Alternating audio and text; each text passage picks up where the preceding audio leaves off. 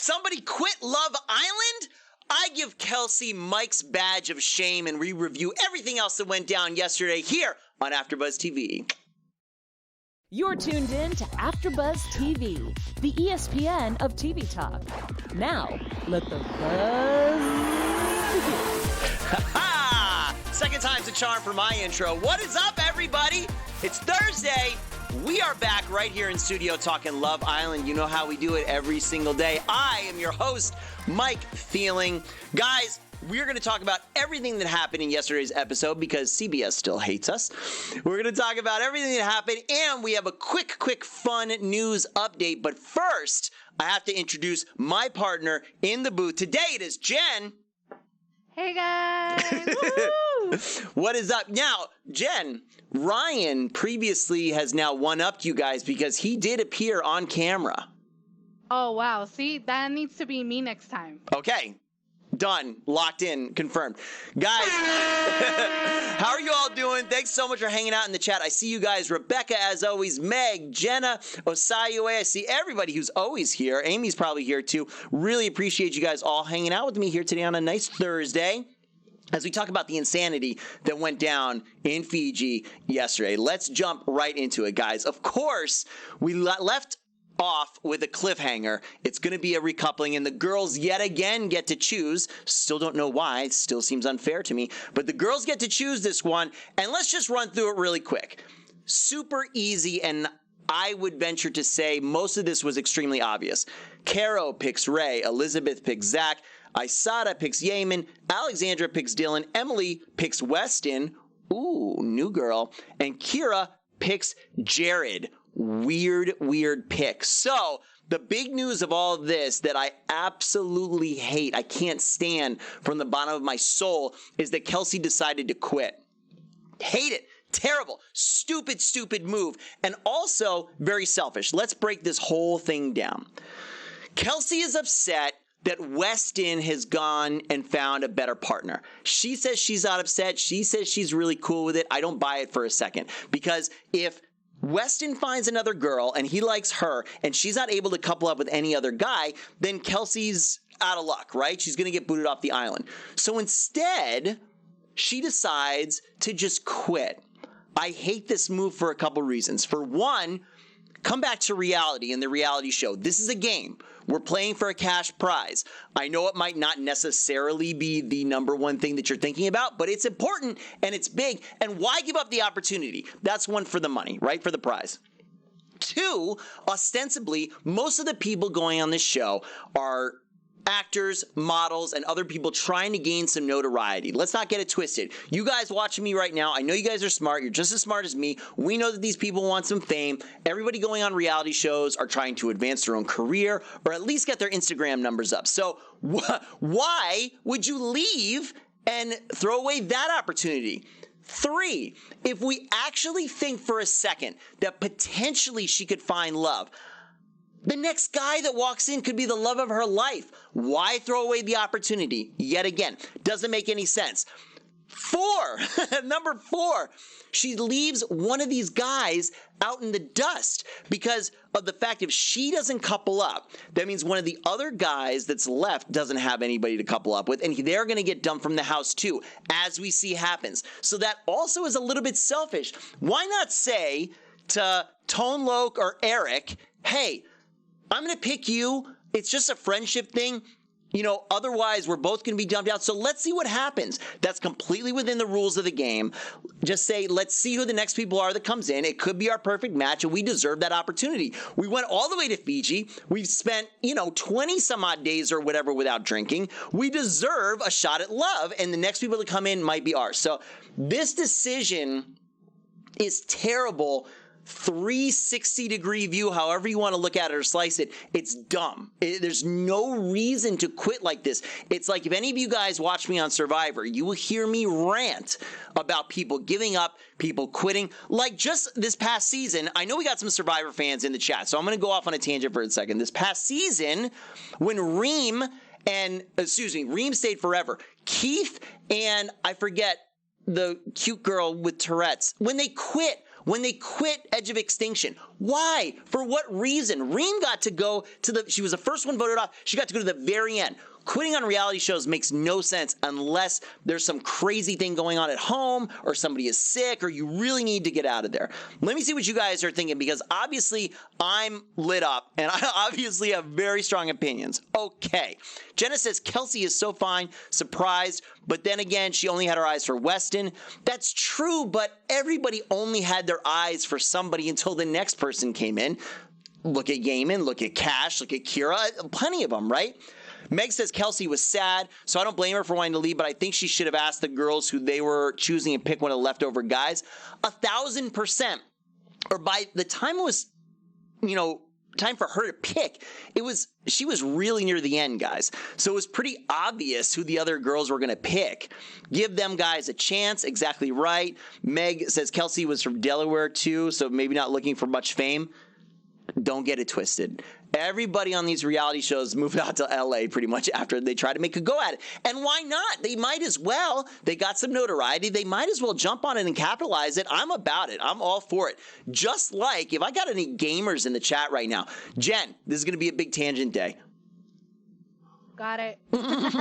I'm all for it. All right. I'm all here for it. If we got any gamers or gaming fans in the audience, watch me right now. Just like I don't throw any shade or hate towards Ninja for going and streaming exclusively on Mixer. Dude is getting paid out. People are calling him a sellout. People are saying you've got tons of money already. Why? How much is too much? How much is enough? You're a sellout just for money.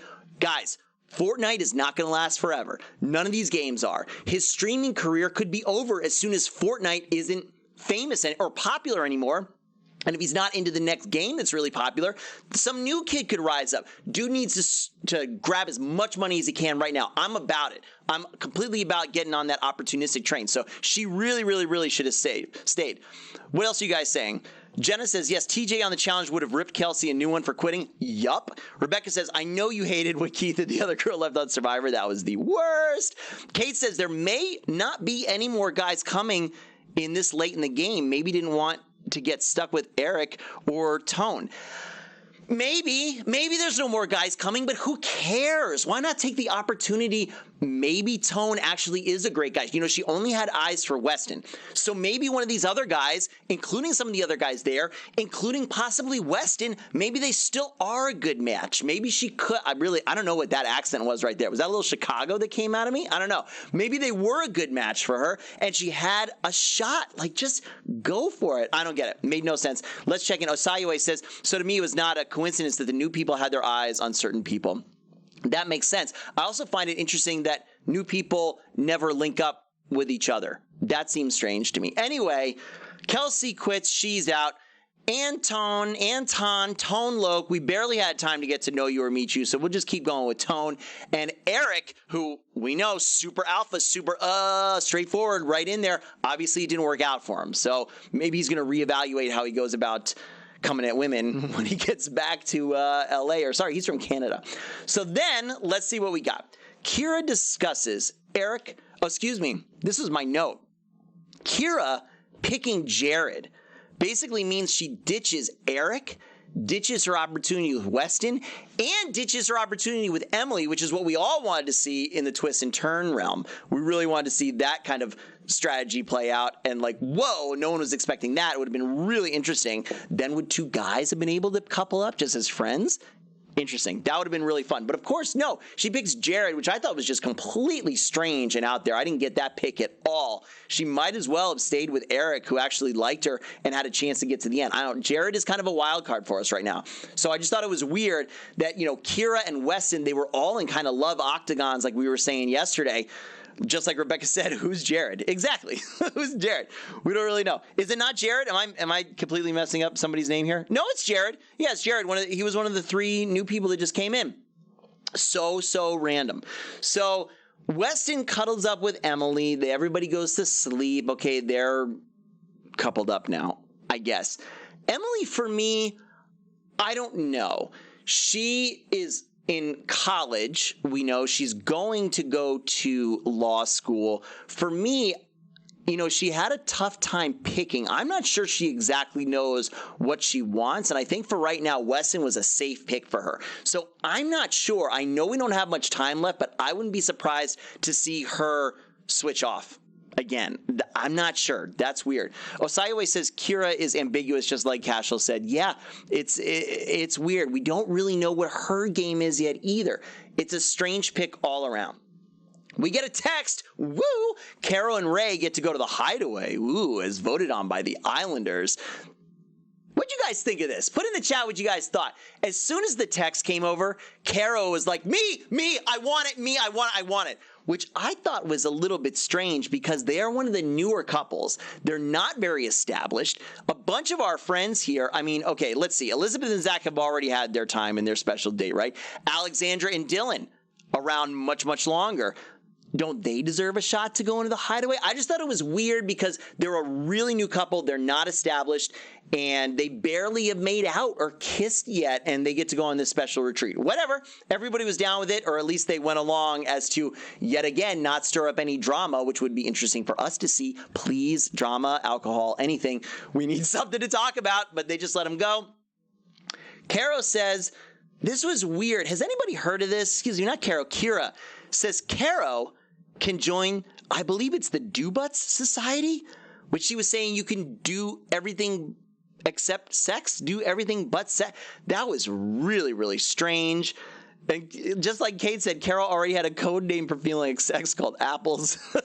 Denisha says, I lulled when Alex came for Jared on the low. Who is this guy? Yeah, exactly. So weird. It's so weird. Rebecca says Alex and Dylan should have gone to the Hideaway. Meg says, except today when he was defending Weston, Alex literally said, who is this guy? And then talk crap about Weston. Yeah, it was really, really strange. Regardless, they get to go to the Hideaway. They have fun. I'm not really sure. CBS getting a little risque here with the Do-Bits Society. It's from the UK. Thank you, Meg. Meg always with the UK drop-ins because I haven't watched the UK version yet. Get it now. The Do-Bits Society. Okay, sure.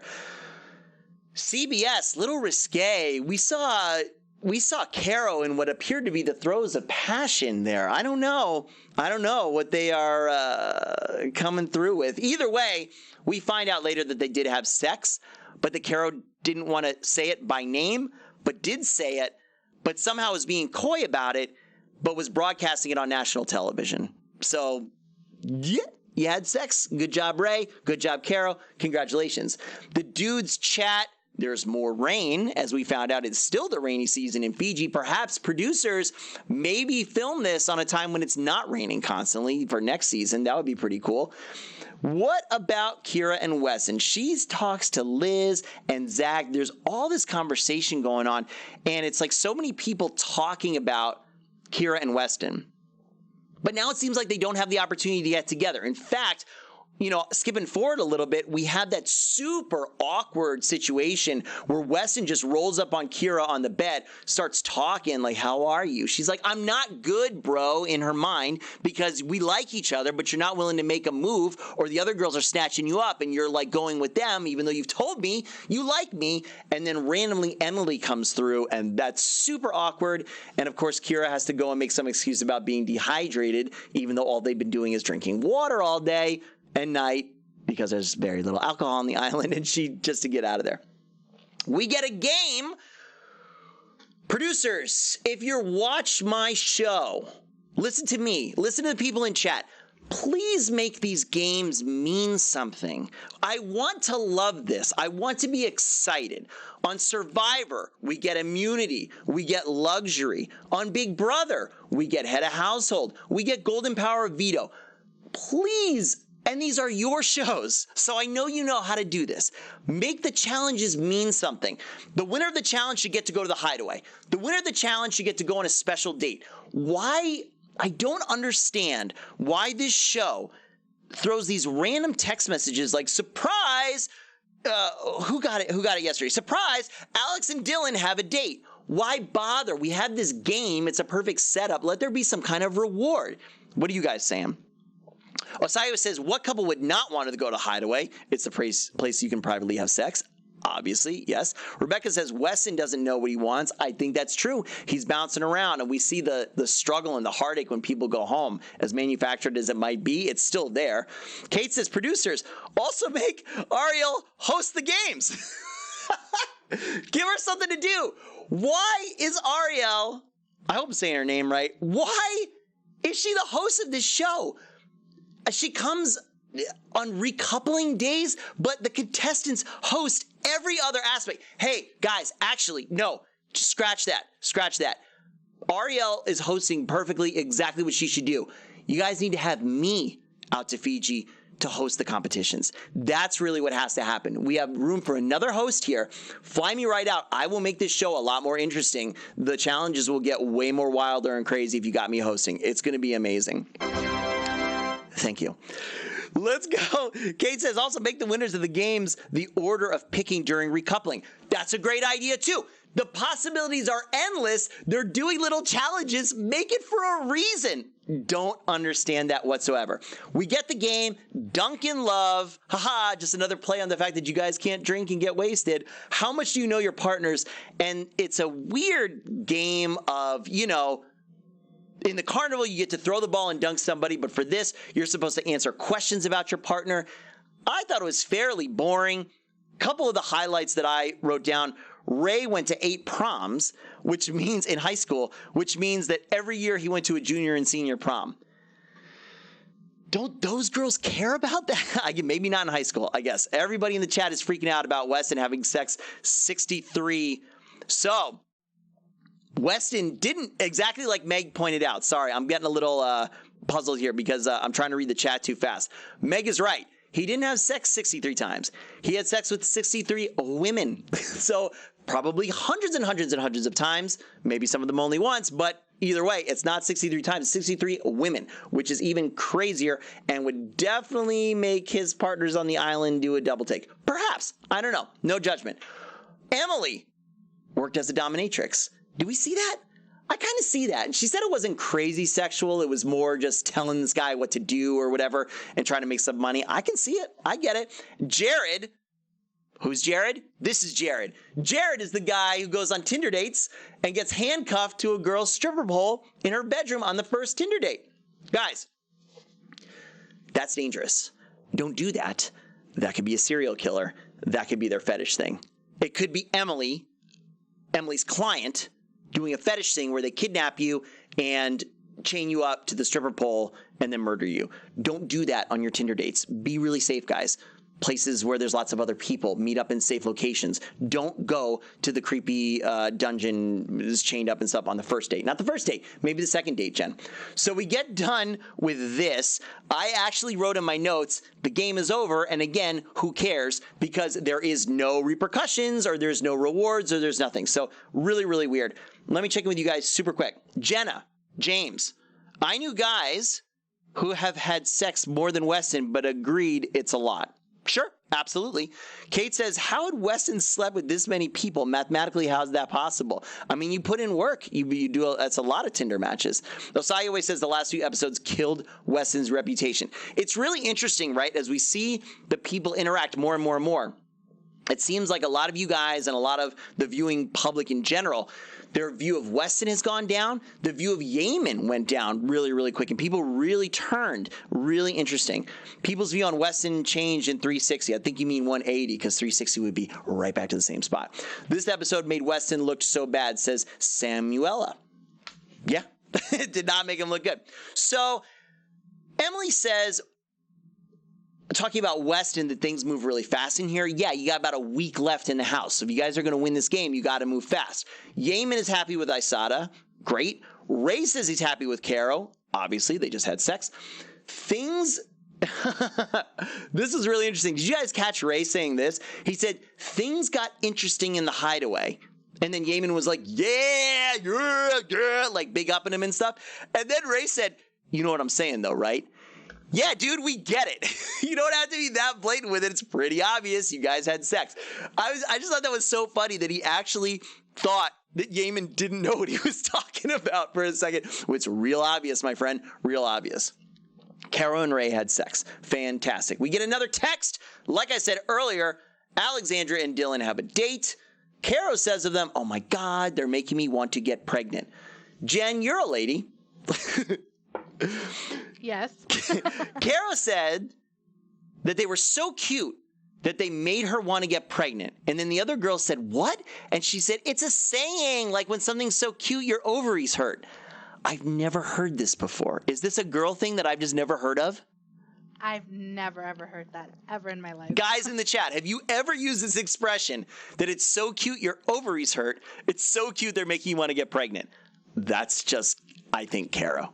That's Caro's little saying in her own head. Yeah, that's super strange. Okay. Emily and Weston make out in the shower, which becomes way more scandalous than it actually was. They had clothes on. I could see it from my couch that they had clothes on, and yet it was Elizabeth who goes in the room can't see that they have clothes on. And it gets much, much, much more scandalous because obviously Kira is not happy about that because we know Kira likes Weston. You guys are coming in. Rebecca says, Caro, that's not a saying. Kate says, as someone who has been pregnant, no. Adorable says, that is a Caro, just a Caro. Jenna says, I don't think he actually is dumb. Okay, so we're going to talk about Caro. Yeah, as we go on, it's too bad this is ending in just a week because I feel like we'd have a lot more Caro-isms, and that'd be pretty cool. Meg says, I've heard the pregnant thing from crazy people. That's just Caro. There we are. Okay, so the whole shower thing got blown out of proportion. They were even talking to, they were talking to Dylan through the shower, right? Telling him about his outfit and stuff. Nothing that crazy was going on. They made out, but they had clothes on, so God, calm down. Weston talks to Kira, and then Emily comes through. That was the really awkward thing we were talking about before. Kira tells Alexandra and Kara about it, that Weston thinks Kelsey would be someone just to watch movies with. That's what he started talking to Kira about. And the whole thing is like, why are you telling me this? I thought you liked me. Well, if you guys aren't going to couple up and be together, then he's got to treat you like a friend probably. If he's really going to try to make this relationship work with Emily, then he doesn't want to be a jerk and go down a bad road. We already see that our viewers like you guys and America, they already have a negative image of him. And if he's going to go on and just play Emily and just hang out with Kira, that's just going to get that much worse. Would have been really interesting to see if the guys got to pick who he would have picked. And as I'm thinking about it right now, I wonder if the producers, I don't remember what I said yesterday, I wonder if the producers made this another girl pick just to see if Kira would pick Emily and it would be a girl-girl coupling. Interesting thought, because it's definitely the guy's turn at this point.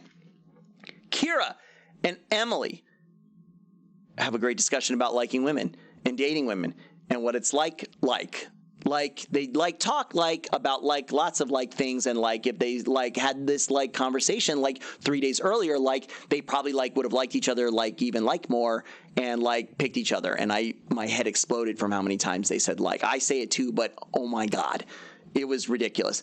And then of course we get left on the cliffhanger that America's voting on a favorite couple again.